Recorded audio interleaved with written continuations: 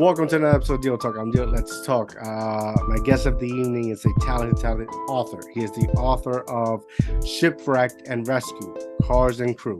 Ladies and gentlemen, welcome to Larry Jorgensen. Welcome to the show. How are you? I'm fine, and got a great opportunity to be with you and to talk to all your listeners. Great. It's an honor having you. So you have this amazing book out, Shipwrecked and Rescued. What inspired you to create such an amazing book? Well, I'm what they call an old news dog. I've been in journalism all my life practically, and I was on vacation up in Upper Michigan, way in the tip of northern Michigan, and I saw just a very brief article about this ship and this amazing shipwreck and rescue. And I'd never heard it before. And I've seen, on the shipwreck maps where the various shipwrecks are. And I thought, this is too good a story to not get more details on it. So I had the summer up there and I started digging and asking questions. And I realized that this is probably the only shipwreck and rescue like its type ever on the Great Lakes. And there's been 6,000 of them. And wow. I thought, this is just too good to not put into a book. And I just sort of got addicted to the story, and away we went. Is this a story that I want to say, is it like an untold story, something amazing that happened but yet history for some reason it's not documented until now?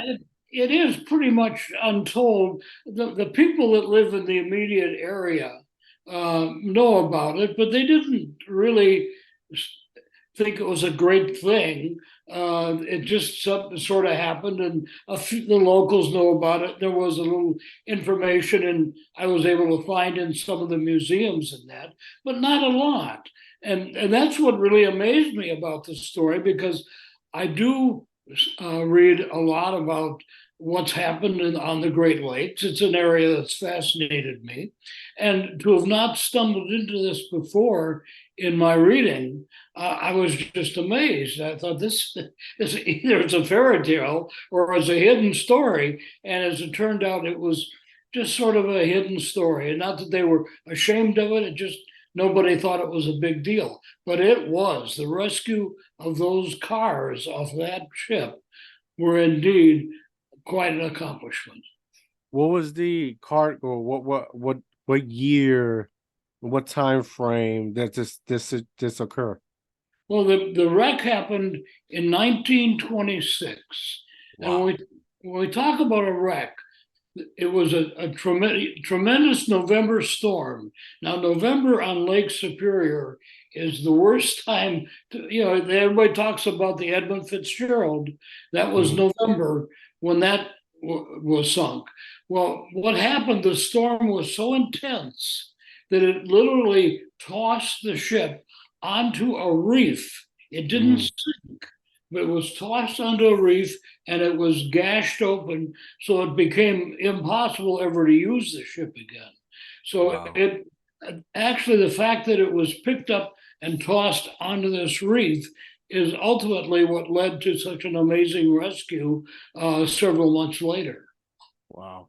What type of vehicles were these? Fords? Because at that time, I know Fords were, like, the market for Fords was booming, right? Right. Well, they were Chryslers. And wow. Walter Chrysler had just started really to get his company going. About 3 years, and the model he came out with, which was the 1927 Chrysler, had become very, very popular. It was sort of medium priced, and there was a big demand for it. And it really was a turnaround year for Chrysler. So we've got a shipload of 240 Chryslers, brand new. They were 1927 Chryslers. They had been manufactured in Detroit and were being transported from Detroit through the Great Lakes to Duluth, which is on the western edge of Lake Superior. Obviously, they never made it to Duluth. But it was just amazing. Besides the Chryslers, there were 6 whippets. Most people will say, well, what was a whippet? A whippet was a vehicle that was made by the Willis Company. Now, the Willis Company is no better known for being the ones that later started making the Jeeps. That was, I think they decided they could make more money making Jeeps for the government than they could making cars for the consumer.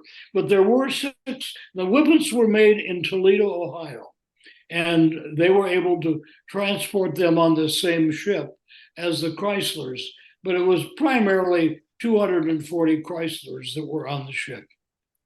Wow, that's a lot, especially in that time frame. That could easily would have, well, could have bankrupt Chrysler at that time, taking that loss financially. And that's why, after the ship was declared a loss, and Walter Chrysler came from Detroit all the way up to Upper Michigan with the insurance inspector, and they declared it a loss, and he sees his 240, well, it wasn't quite, we'll tell you there were 13 that were lost. We'll get to that. But over 200 Chryslers sitting on this ship. And that was the motivating factor for Walter to say, I want my cars back. So we have 2 rescues. Remember now, we've got a crew on a ship, and they need to be rescued first. And then later on, we're going to figure out what we're going to do about the cars. So the ship gets trashed on a reef. It's a couple miles offshore. And the crew, and ironically, these guys are from Detroit. They had no idea how bad things were going to get. Some of them, were dressed in loafers and slacks. Not expecting. Yeah, they thought, well, we're going to do a little cruise to Duluth. Well, they finally are able to chop a lifeboat free, which has been frozen on the boat. And they use the lifeboat to kind of ferry the guys back and forth to get them to shore. So they get them to shore, but this is just the start of their troubles. First of all, they're not dressed for what they're about to challenge they're about to have. Secondly, there's no communications. No one knows the ship has been trashed. No one knows they're lost.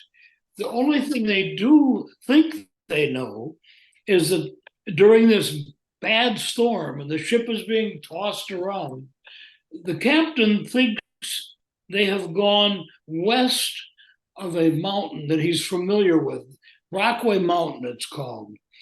And so he figures, well, we must be west of this little bitty community of Copper Harbor.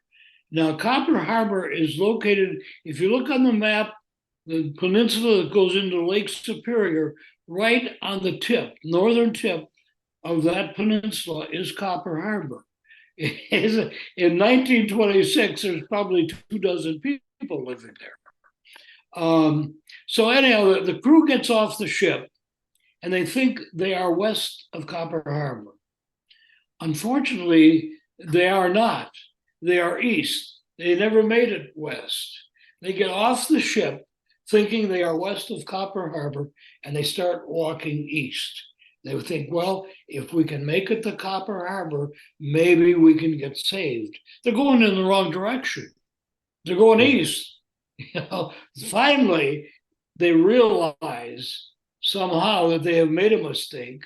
And so they spend most of the first day, and we're talking 4 feet of snow and 0 temperatures. Yeah. So they spend most of the first day finally getting back to where they started on the shore near the abandoned ship.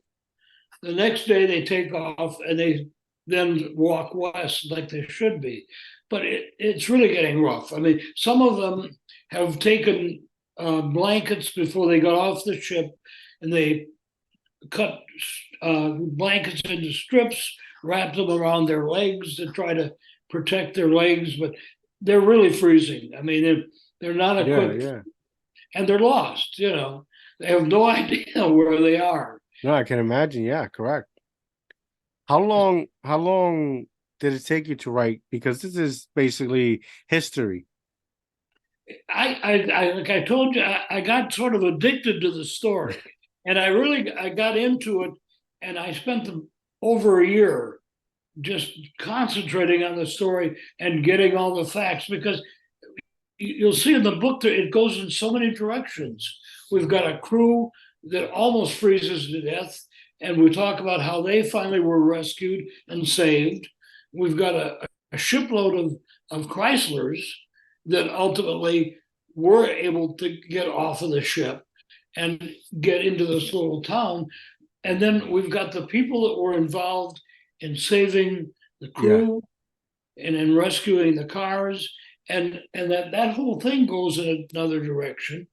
And we actually have one of the cars is still on the Upper Peninsula of Keweenaw Peninsula in Upper Michigan, and the book tells where that car is and gives the history to why that car is still on the peninsula and can be seen in a museum up there. So this goes in many directions, and the ship sits for 18 years after they get the cars off.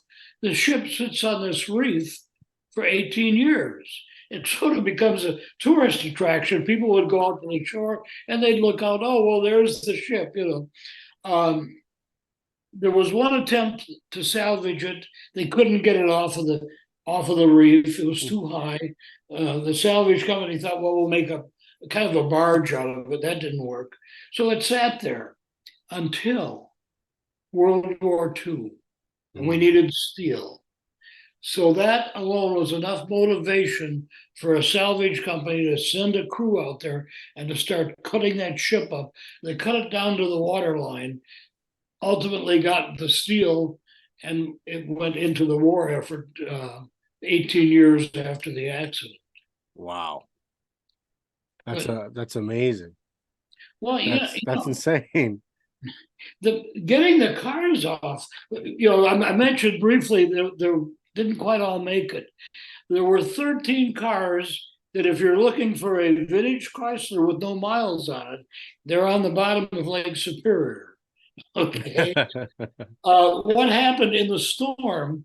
The cars are on a lower deck and an upper deck. And the cars that were on the upper deck were chained in rows of 13. There'd be a common chain, and then the cars would be attached to that chain. Well, the chain of cars that was the furthest out on the outside, that was taking the strongest beating in the storm, Hmm. that chain broke. And when it did, all 13 cars went overboard. So those Wow. 13 didn't. There was another one that when the ship hit the reef, the car was tossed off of the ship and was so badly damaged when it hit the shore that they actually had to haul it out of there by sleigh. It was just one of the guys on the ship described it as a ball of metal. It was No, I can trash. imagine. Yeah, yeah. So anyhow, the cars, they don't immediately get off the ship. They're on a reef, right? Yeah. They wait for 3 months. And Walter Chrysler says, I want my cars. He gets a salvage company out of Duluth and they make a deal. He says, I'll give you $140, which probably was coming from the insurance company, Yeah. for every car that is returned to Duluth. So they wait, and the water freezes around the reef. Aha. So they build a ramp from the reef to the top of the ship. We'll start pulling. And they start getting the cars onto the reef. Okay. Well, the water's frozen enough that they can actually drive them to shore. So first they thought, well, we'll build a road. Now it's 8 miles to that little town of Copper Harbor. We're going to build a road right through 4 feet of snow. That idea went about a mile. Then somebody said, wait a minute, the water's frozen. why don't we drive the cars along the shore of Lake Superior and go to this little town of Copper Harbor? Idea, okay. But the problem to that idea, the cars have been on the ship for several months. Mm-hmm. Some of them had dead batteries, some of them had no batteries. So they'd get one car, one group of cars that did have working batteries, drive them the 6, 7 miles, whatever, to Copper Harbor, take the batteries out, go back and get more cars. Okay. So they finally get them all to this little bitty community of Copper Harbor. Now it's January 1927. There's probably 24 people. And in the book, you'll see a picture of 200 and some Chryslers all lined up in this community, and what, maybe 24 potential customers, and not going to sell them there. Now, unfortunately, the road, the very poor road to that community, isn't plowed in the wintertime. It's 40 miles from Copper Harbor to the nearest town of any size that has a railroad. But it's also covered with up to 6, 7 feet of snow. The idea is get the cars from Copper Harbor, get them to this town of Calumet, get them on a train, send them back to Walter, right? Mm-hmm. Sounds like a good idea. But it took 2 highway commission crews 3 weeks to finally bust that road open, 40-mile route from where the cars were, mm-hmm. to the little town of Calumet. So we've got the road open. Now, what are we going to do with the cars, right? Mm-hmm. While they're working on getting the road open, they've been hauling fuel by sleigh up to the cars. So now they've got fuel. What's missing is drivers, right? Okay. We got a population of 24 people, and we got 200 and some cars. So the salvage company says, I'll pay $5 for anyone who wants to drive that car down that 40-mile of barely plowed roads. A lot of high school kids didn't go to school that day. Okay?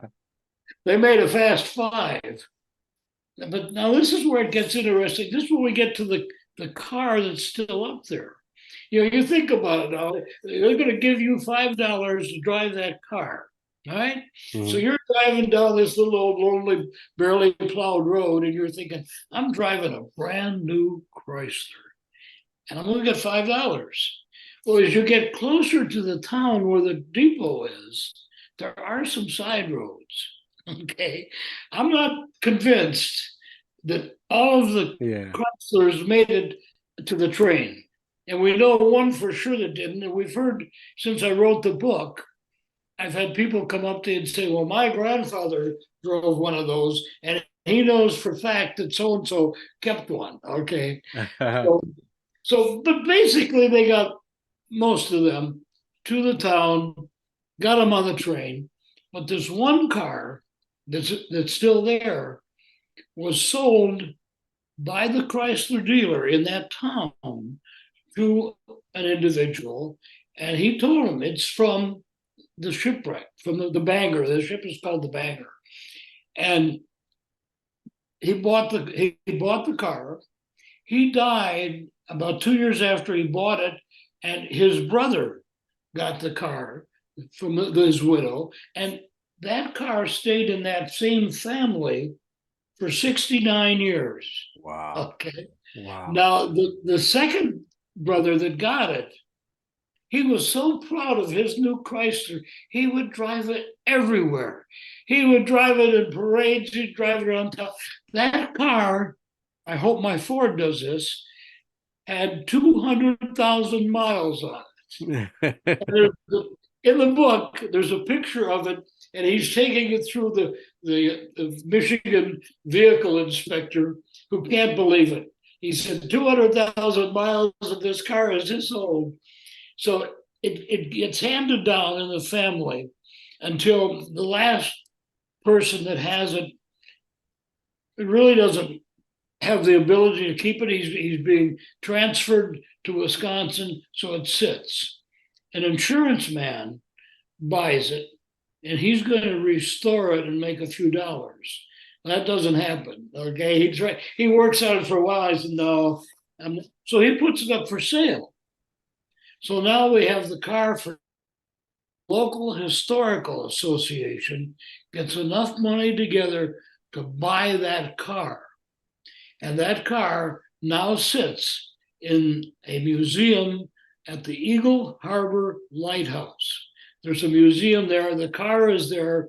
A lot of the pictures that I've got in the book are at that museum. We were able to get them. The captain of the crew of the boat that rescued the crew was an amateur photographer. So he took a lot of good pictures, and they were handed out, So if you ever get up to Copper Harbor, Michigan, it's a long journey, and you go a little bit to the west, you come to Eagle Harbor. There's a lighthouse museum and a beautiful lighthouse there.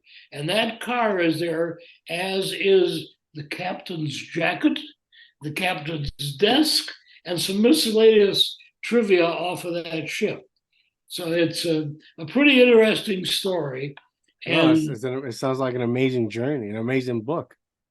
I've had people come to me afterwards and say, why doesn't somebody make this into a video of some kind? A movie, yeah. Yeah, because it has gone in so many directions. And we didn't even talk about the crew. The crew, when they got rescued from the boat and they wandered for 2 days in the snow, they finally got to this town of Copper Harbor. And they were all but dead, really. They were frozen bad. And where are you going to feed them? Yeah. There's no Holiday Inn at Copper Harbor. The family, one gracious family, will take them in. Well, fortunately, Dad had slaughtered 2 hogs before the snow set in. So they had pork, and they had, as they say, a well-producing cow and some chickens. And that family got them in, warmed them and thawed them out. They were so frozen, they literally melted a big puddle as they began to thaw out. Fed them, and little by little, mostly by sleigh, one of them by a car that had a track on it, were taken to the hospital in that same little town where the depot was. Some of them were in that hospital for a long time. Some of them were really badly hurt. But as they healed, they would be released one at a time, and they would get transportation back to their hometowns. Now, another interesting story. I was told, I could never verify the names, but I was told there were at least 2 of those sailors that decided that living on the Keweenaw Peninsula would be a good idea because they had met 2 nurses that sort of took good care of them.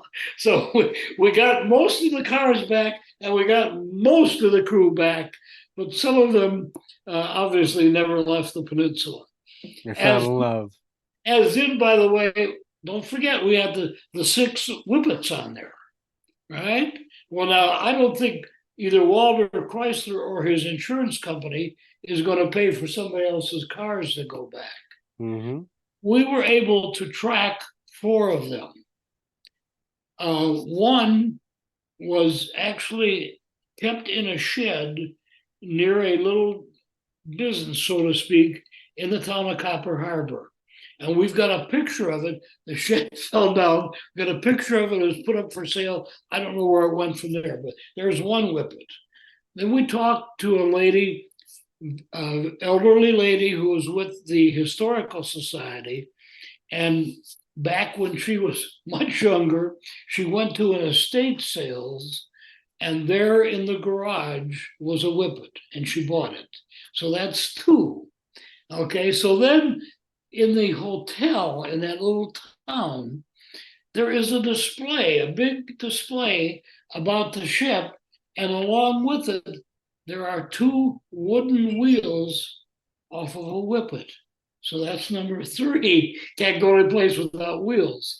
And then just recently we found the basic chassis and engine of a whippet that was being used in someone's backyard to cut up wood, firewood.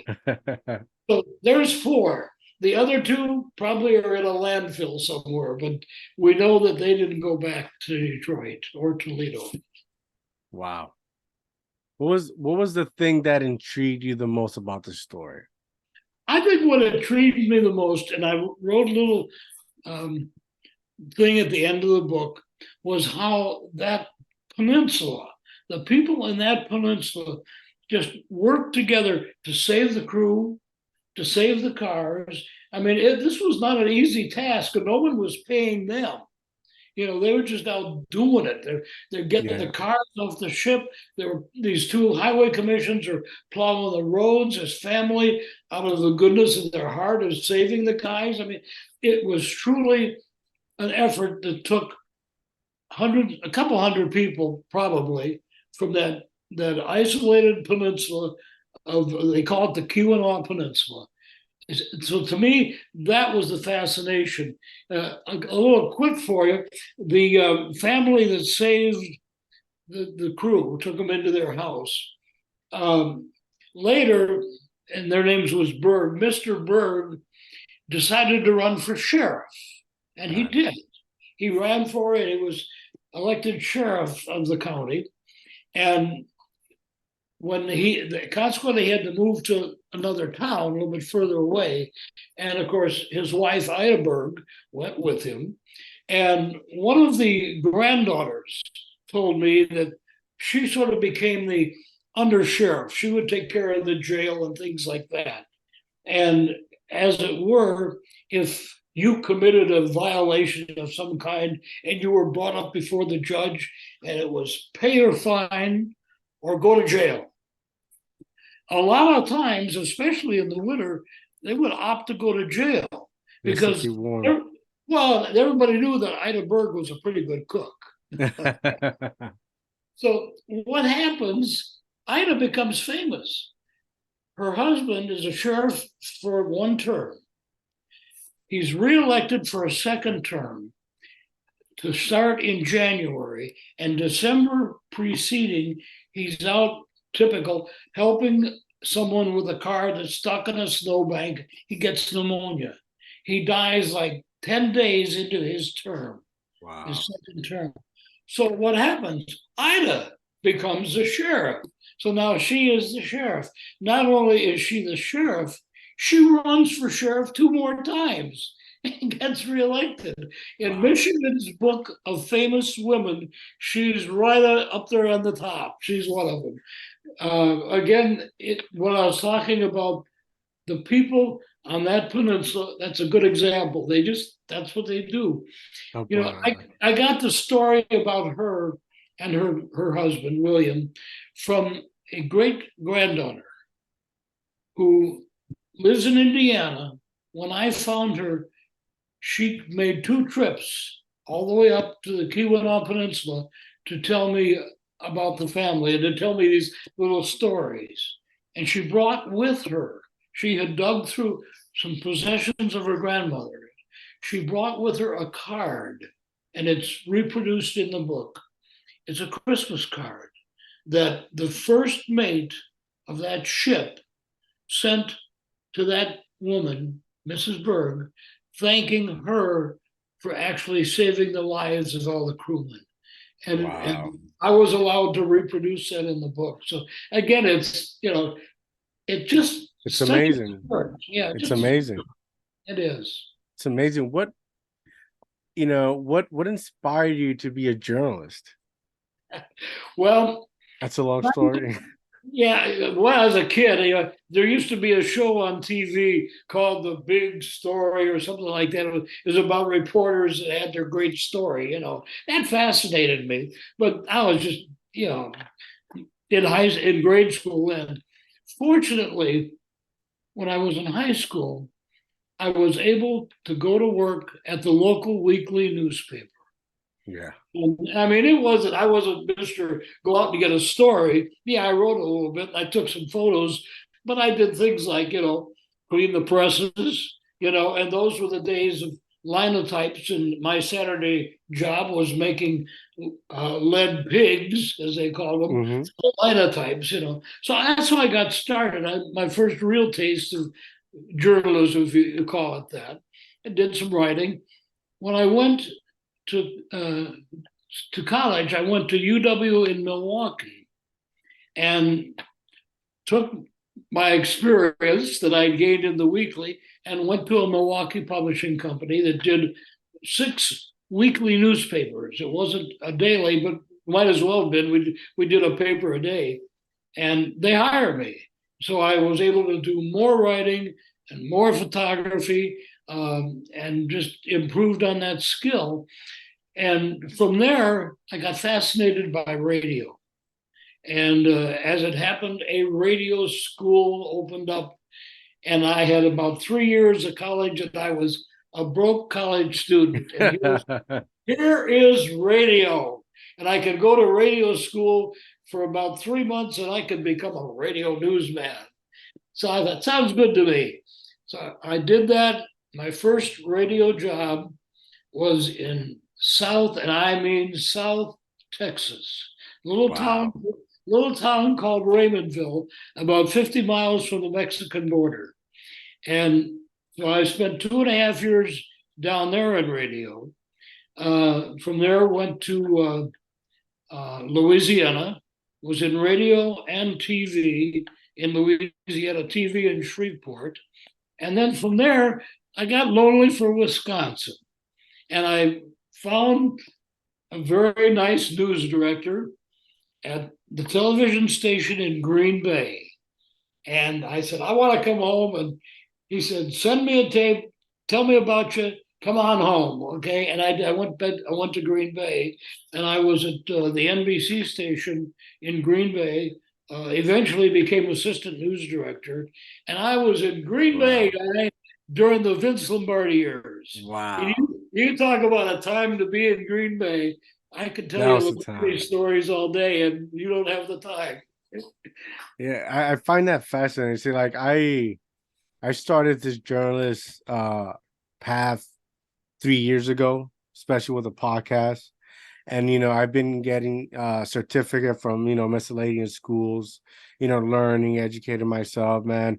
And I've been trying to pursue a career in actual journalism, but nowadays, if you don't got a bachelor degree and a master's degree or something like that, you're not gonna find an opportunity to pursue what you want. Unfortunately for me, when I finally came, you know, as a what I really want to do, right? I was already married. I had kids. I already had to build a life. You know, kind of makes it difficult to start from scratch. So any word of advice you have somebody like me, I would appreciate it. Well, don't give up. And this thing where you have to have a degree. I didn't get a degree. I got tired is what I got. And I was lucky. I was able to take what experience I had gotten and what education, and to snowball that, Yeah. and you don't necessarily need. I'll give you a good example. When I was in Green Bay, the gentleman who hired me and was news director before I became assistant, went to NBC in Chicago. Okay. And he was there short time, and he called me up and he said, "We've got an opening down here, NBC in Chicago. So what? Come on down, cut a tape, do an interview." So I did. I went to Chicago, did the whole trip, and went back to Green Bay after fighting Chicago traffic and all that. Oh man. And I went back to Green Bay. He called me up a couple of days later. He said, "You got the job." I said, "Dick, bless your heart, I'm not coming." I like Green Bay. We got the Packers, and we got Vince Lombardi, and we got lots of snow. And well, I was into snowmobiling. So, but the only reason I'm telling you that is I had an opportunity, and I probably would have blown it. I probably would have gone to Chicago with NBC and all the pressure there, and ultimately I would have been back at Green Bay anyhow. I don't. That's not. I'm not giving you much confidence here, but I had the opportunity, and I turned it down. And where my life took me after that, I don't regret a bit.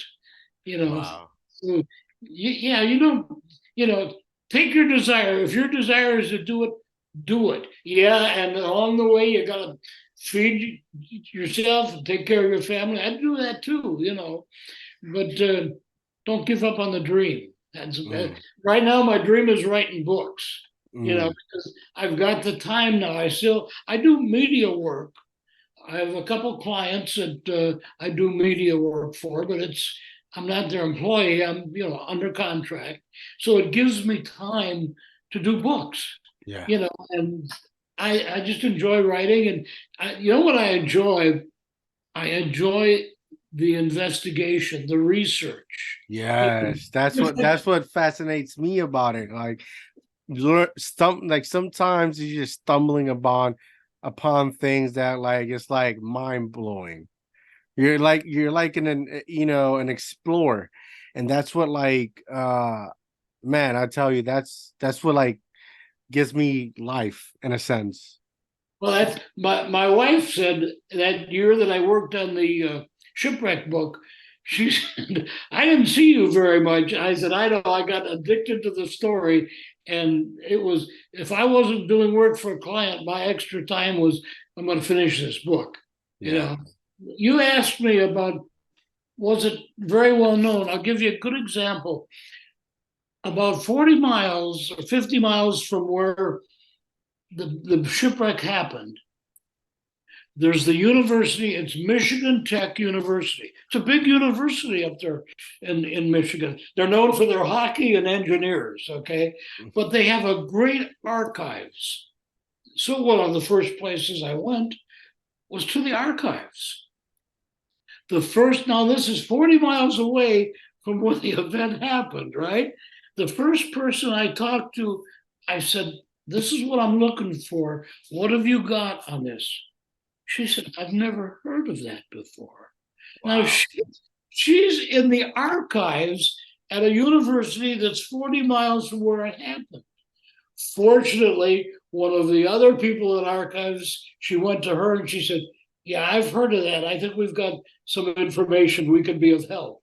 But that's how much it wasn't a secret. It just wasn't, for whatever reason, it wasn't important. And, you know, they're talking about it now. I can tell you that Yeah, yeah. the book has really stirred them up. It's No, been it's like, it's like you compare it like to Titanic. Everybody knows the Titanic because of the movies, the quote unquote love story. But other than that, what do they really know about the Titanic unless you start doing your research, educating, digging, which is a lot of digging, right? right, And right. I think it's just fascinating. I think it's fascinating that this took place in such a little town, and how defines, truly of helping one another, because they had no obligation to help one another. It is that, and we talked about the Edmund Fitzgerald, and of course everybody, you say Lake Superior shipwreck, it's the Edmund Fitzgerald. The difference in the two stories is we have a happy ending. But Mm, one of the guys who helped me a little bit in the book in research is a diver, and he's wow. gone down to the Edmund Fitzgerald, and everything that they say about how it broke in half and everything is true. He said, "You go down and look at it, it's quite obvious what happened, and the human remains are still there. Still The there. water is so cold, it just preserves everything. And it's historic area now. You can't take anything from there anyhow, you know. But it's amazing what's out there. And people like that diver will dig just like you're talking about digging. Let's find out. Let's find out what really happened. Yeah, yeah. I mean, it's the sense of adventure. Like I feel like, one of the things I enjoyed growing up because I grew up in Puerto Rico, right? It was listening to the radios, and sometimes it would go and tell stories. And I think, we lost that sense of storytelling in a way of, things that happen in reality that no one talks about. A lot of it's, who's trending, what model is doing some stupid nonsense, what actor, like that's not really history. That's not, that's not somebody's story. Well, there's too much. Let's not talk about it. Happened. If we don't talk about them, then they didn't happen. Yeah. Well, yeah, they did happen. And if you don't talk about them, if you don't bring them back up, you don't learn anything. Your children don't learn. If there's and I don't care if it's the Confederates or the Yankees, if there's a monument that's been torn down, then when I walk by that area with Mhm. my child has no reason to ask me about it. What was that, Dad? What happened? Why is that monument there? Mhm. You know, we are taking away the responsibility to preserve history, be it good or bad. And educate. Absolutely, absolutely. Because if we so like I tell everyone, like, I always like history always repeats itself, and we can learn a lot through history. But if we start acting like it didn't happen, then how are we supposed to learn from it? How are we, if it was a bad history, how can we learn from it to be better and Absolutely. have and take away the feelings, the emotion, and try to have a progressive, positive conversation of it. But if you're acting like nothing ever happened, then it makes no sense, and you're Yeah, just in denial. you have no reason to talk about it. It didn't happen. That's like I say, it eliminates my responsibility as an adult to continue the story. Whether Yes. you're whether you're a historian or not, it's important to continue the story. We did a lot of crazy things in this country, not intentionally. Hmm. It's just the way it happened. I mean, look at the stories about Native Americans.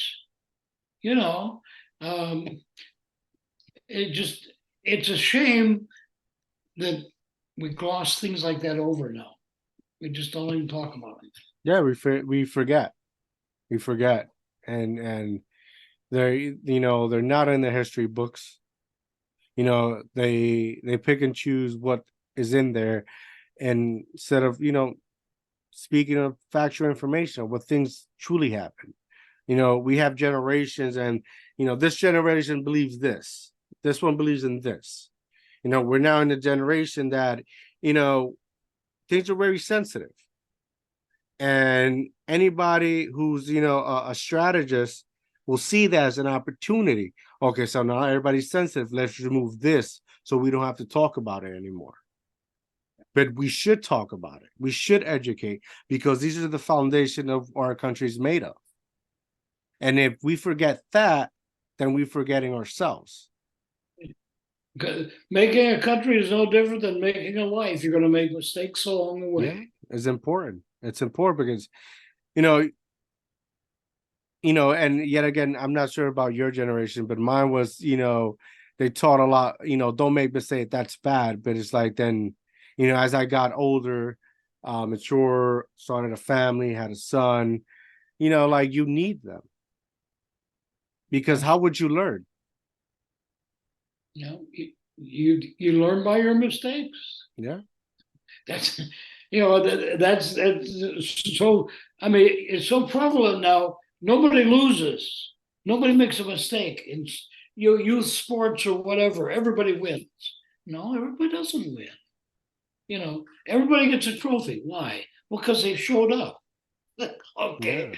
Boy, it wasn't that way when I was playing, I'll tell you Yeah, that. same here, and I read these books and people that have lost, And the person that won just won a trophy, but their life is crumbling.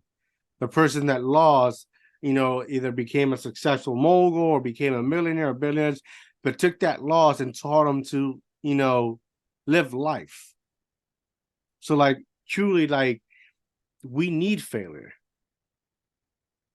Yeah, we do. We you sure know do. and it's also how we deliver it, because a lot of parents or individuals deliver it as something horrific, tragic. There's some would deliver it and we're like, okay, you did that, now what do you have to Did do you to better learn? it? Yeah. Yeah. Did you learn? And it's so crucial, but that's just that's how time goes. Uh, yeah, you're doing an amazing job with your show, and I wish you well, partner. I wish you I well. thank you. I appreciate it. Some days are difficult, because, you wish the thing you love will, eventually flourish and pay the bills, right? Because, what I enjoy is that everyone has a story. Everyone has from business to author to music to art, you know, but if nobody is given the platform to talk about it, like your book, the story's amazing. you know Everything's, we live in this generation, everything's monetized, so that whoever has money has will capital is always going to be on the top. Mhm. And what happens is that there's not room for you to wiggle in, and people can learn new things because they're already, the algorithm, the monetization is always going to show you the same thing. Yep. It's not going to show you something new, something that's going to emerge. And I No, think, yeah, and I think that's very, it's sad and it worries me, because how would you know? well, you think of the book. I'm writing a book right now that is loaded with famous, not loaded with, it's got some famous people who made some pretty bad mistakes, you know, to be famous and prosperous, but they did good things along the way. And I think the most prominent one in this book I'm writing is Henry Ford, Yes. and the mistakes he made, but what he did later, what he accomplished, especially we talk about, the Upper Peninsula of Michigan, what he did for that area with his businesses is amazing. But he made a lot of mistakes getting there, Yeah. But how do you know it's not going to work if you don't try it? Yeah. It's simple, He tried. I write about it in the book. He tried a device that was involved in snow, and it's a long chapter, but basically, it's a device that he had hooked to his Fords and tractors, and the device was like a screw type thing. It was an auger on each side, and it would move those tractors through the snow. And the idea was the idea goes back to way back to that whole concept of moving things with an auger. And they thought we're onto something here. Well, that idea lasted for about 2 or 3 years until they had a tremendous problem on an expedition that was to go to the northern tip of Alaska, Wow. and it was financed and supported by the National Geographic Association and explorers, etc. And it was a complete failure. And that was the end of that idea. So, and it's just one small example, but it's an interesting example. Here's a man with a lot of money, a lot of intelligence. It's been very successful, but that one didn't work. Yeah. Just like a bunch of other ideas didn't work. Yeah, But we've all eventually something will work. yeah. What is that? It was a Thomas Edison, person who invented the light bulb. How many takes did it take him to you know create the perfect one? Make it work. Yeah. You know, you know what I find fascinating is that when you're on your journey and you're trying to make something happen, how crazy they'll tell you you are, how insane, or they'll tell you it'll never work. But when it works, when your time finally comes and it hits, you know, or you become an overnight sensation. You become And a you get genius. Yeah, and you get people come up to you and say, "Oh, I could have done that. I knew that." Yeah, Right. yeah, yeah, Then why didn't you do it? Because you yeah. were afraid to do it. That's why. Yeah, Uh, it's the iron. It's fun. It's life. It's life. you got a good attitude. Keep at it. Man, I try. I try. You know, you have to because I just turned 34, right? So like period of time, I've learned that stop being so judgmental, right?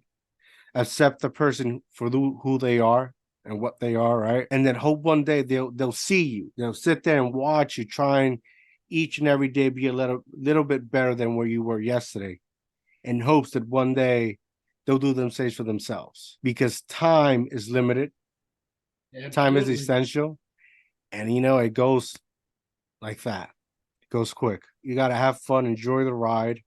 And that's what I think when I found journalism, because learning so much, speaking to individuals like yourself, so much story, so much history, be able create a platform and just talk to somebody about something awesome like your book, right? It's fascinating. Well, we'd love to share what I'm working on next. Well, And yeah, you have my email.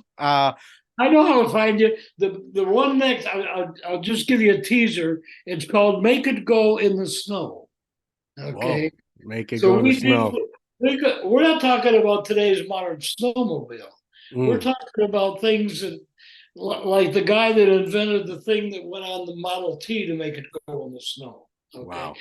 or the first car. I'll give you a little teaser. The first snow vehicle to go directly to the South Pole was driven by Sir Edmund Hillary. Wow. 5 years after he conquered the mountain, he conquered the South Pole. That's the kind of stuff. I'll tell you some stories. We'll get back on that one. All right, all right.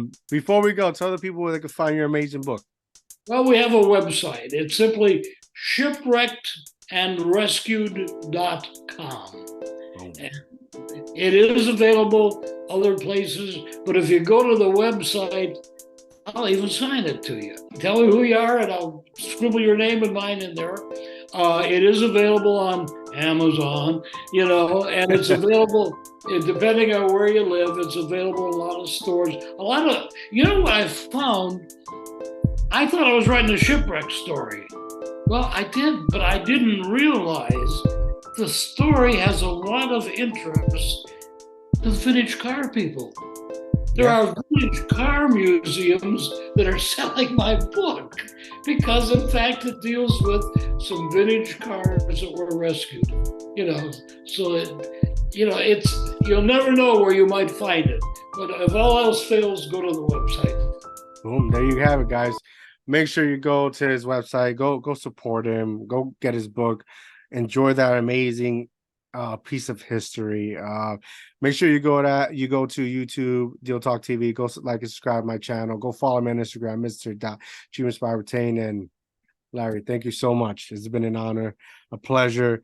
Once we're done here, I'm gonna text you, send you my phone number via email, and when you're ready, just let me know. I will do it. You do a great job, and I just feel very, very proud to have been on your show. It's an honor having you. Thank you so much. Have a good night, guys. I'm out.